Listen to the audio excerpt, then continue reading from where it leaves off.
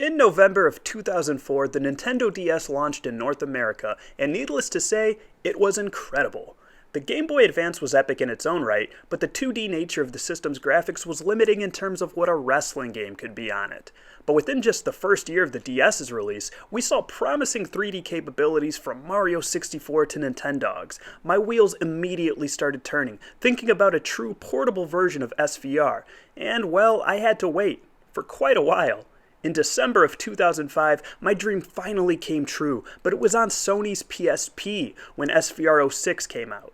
It was everything I could have possibly imagined, a true console-like experience on the go.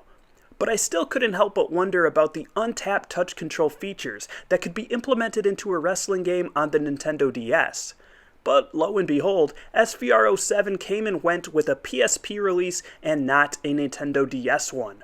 And as the years went by, it became apparent that the DS simply lacked the power to deliver a competent port of a WWE game. And I began to lose hope. Until the following year, when the first WWE game finally came to Nintendo DS hardware, Smackdown vs. Raw 2008. Right away when you boot up the game, this is the menu you're greeted with. Yes, very bare bones. Exhibition, season, or options. The options are just clear data, watch the credits, or enable a rumble feature. Nothing to adjust the difficulty, AI, nothing like that.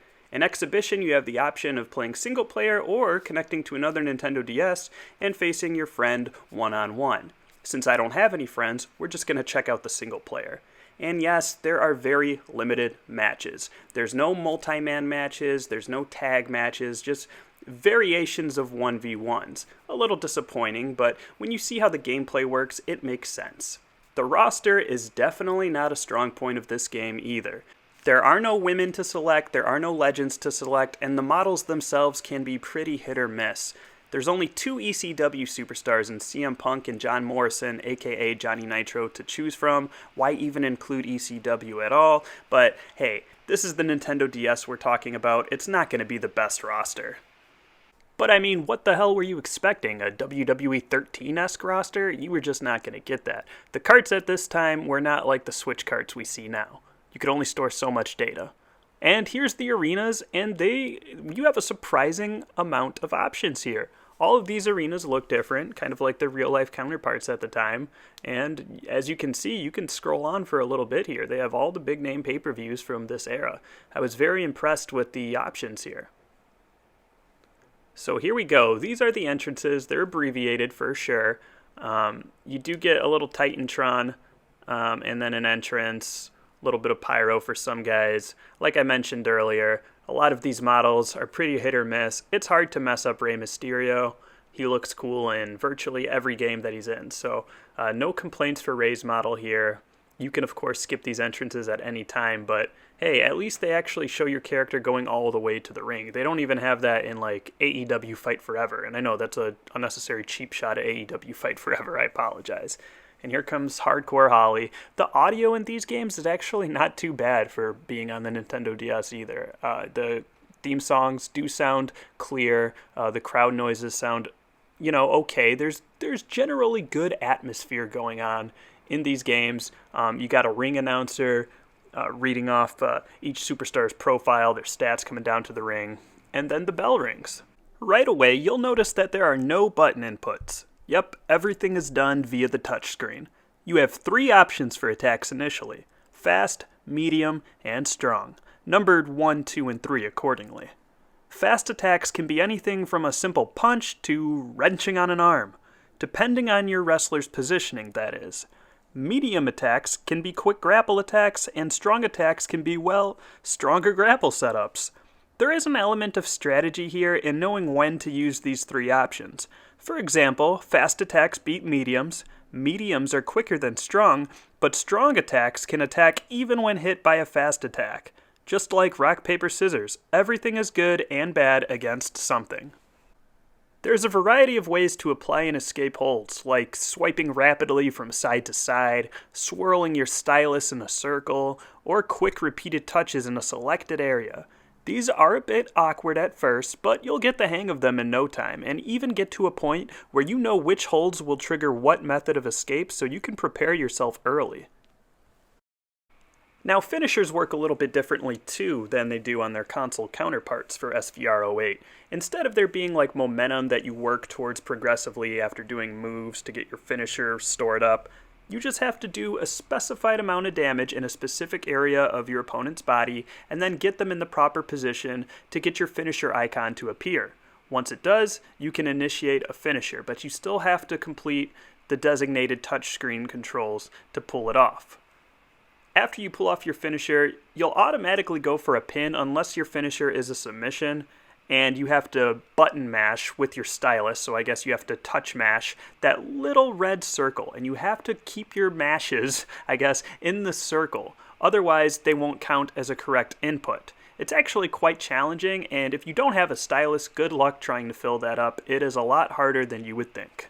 You can go for a pin at any time. It doesn't have to be after a finisher per se. You can do it just when your opponent is grounded, or sometimes grapples will end in you doing a small cradle. But generally, it's best to go for it after the finisher, as in my experience, that's the best time to beat your opponent.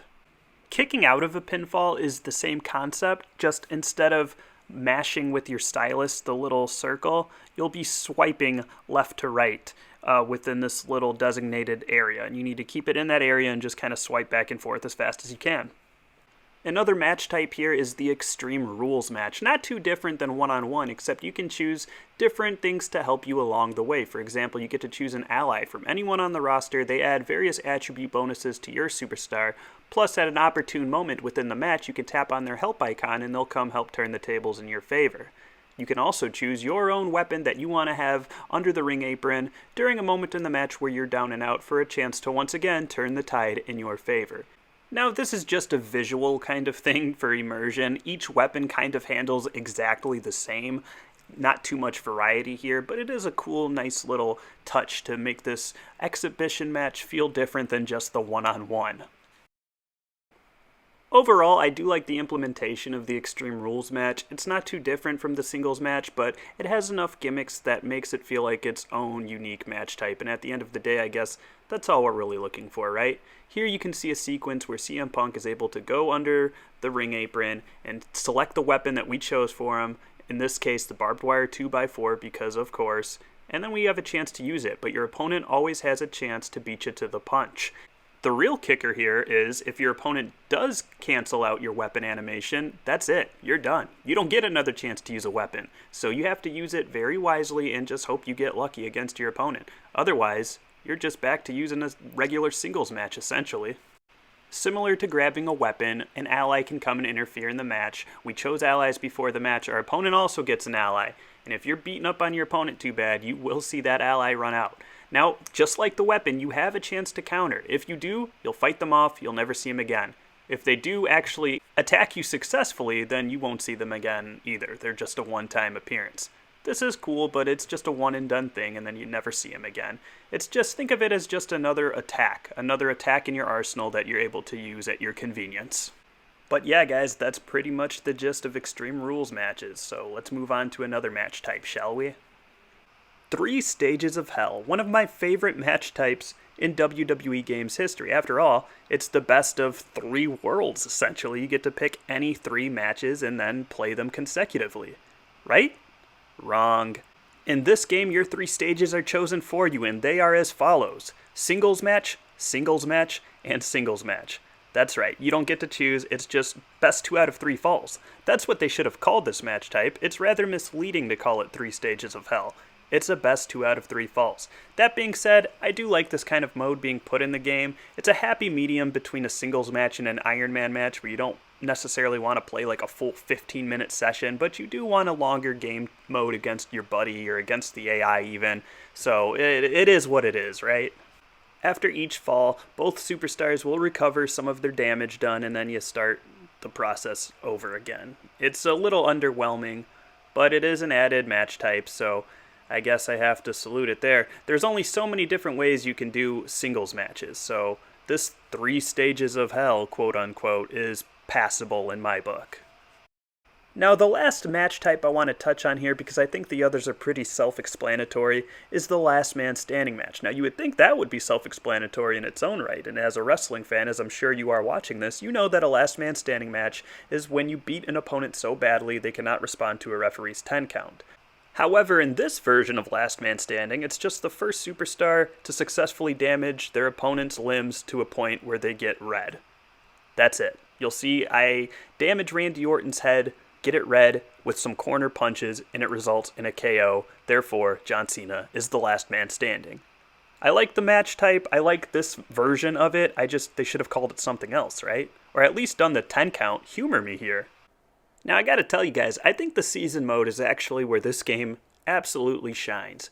You're able to kind of free roam in a sense. You can choose different sections of the backstage area to roam to. Kind of like in Here Comes the Pain, only you're not limited to just if there's a superstar back there at the time or not. You can just go there at any time, and there is reason to do this. After all, you can go to the training room at any time and use your time tokens, as they're called in this game, to level up your character by doing various minigames. There's a few to choose from, and they're actually pretty fun, and that's how you progress through the game in terms of just building up your attribute points. It's very rewarding, and you can actually get pretty good at this eventually. The game progresses on a week-to-week basis, just like the real television show, and you'll always start each week in your own locker room where you can check different weapons you've acquired, see different alliances you've formed, and each time you beat a superstar, you can also check their bios out. It's a cool little tidbit.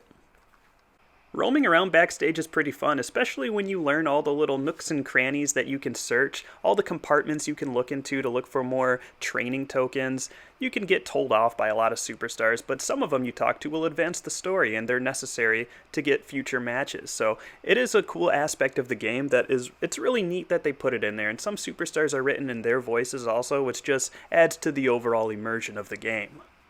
As you just naturally progress through this season mode, you'll have different opportunities from various superstars to form alliances.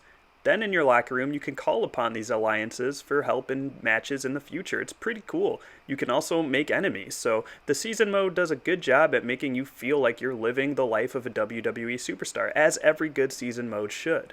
You'll even get cool interactions backstage that give you true player choice. For example, I ran into Mr. Kennedy, who has beef with John Cena, who happens to also have beef with Booker T. So he tries to enlist my help in stealing a spray paint can, vandalizing John Cena's locker, and then planting the spray paint can on Booker T in his duffel bag to make it look like he did it. I mean, that's just insane. These things may seem little, but they add up to be a great overall experience. This season mode, I can't say enough good things about it. I actually can't remember any other season mode that had little fetch quests, side quests, whatever you want to call them, like this. It's a cool thing. I would love to see it implemented in today's 2K My Rise modes. I think it could easily be done with the technology we have today. What do you guys think? Would you like to see something like this return, or am I crazy? I can't be the only one.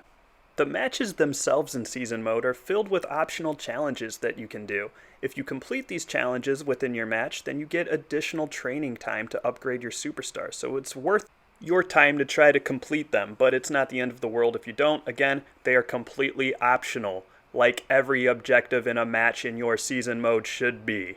But not that I'm going to rag on any other games. Moving on. As you progress through your storylines and get into various feuds, you can climb the ladder, challenge champions, win championships, switch shows, and all that. I don't want to get into too much of the story itself for the uninitiated who actually want to play this someday and don't want any spoilers, but hey, let me tell you, it's a lot of fun and you can play it your own way. Forge your own alliances, make your own enemies. It's pretty neat in that regards. In conclusion, SmackDown vs. Raw 2008, it was a great initial foray into the Nintendo DS. It's far from a perfect game, but which game is perfect, especially on its debut on a new platform, especially one as uncharted as the Nintendo DS was at the time? If you were a kid who only had a Nintendo DS and had no other way to play a SmackDown vs. Raw game, this was a pretty competent entry in the series, and the season mode itself could provide you with some hours of fun on some long car rides or after school. I mean, this was a great and new way to experience a WWE game on the go. So for that, I have to tip my cap to THQ and Amaze Entertainment, who rather than Ukes, oversaw development on this DS version of the game. But that's all I got, guys. Thanks to everyone who watched this video. Do all the YouTube stuff for me if you will, please. Like, sub, comment, all that good stuff. And I will catch you guys next time. Until then, be well and take care. Bye-bye.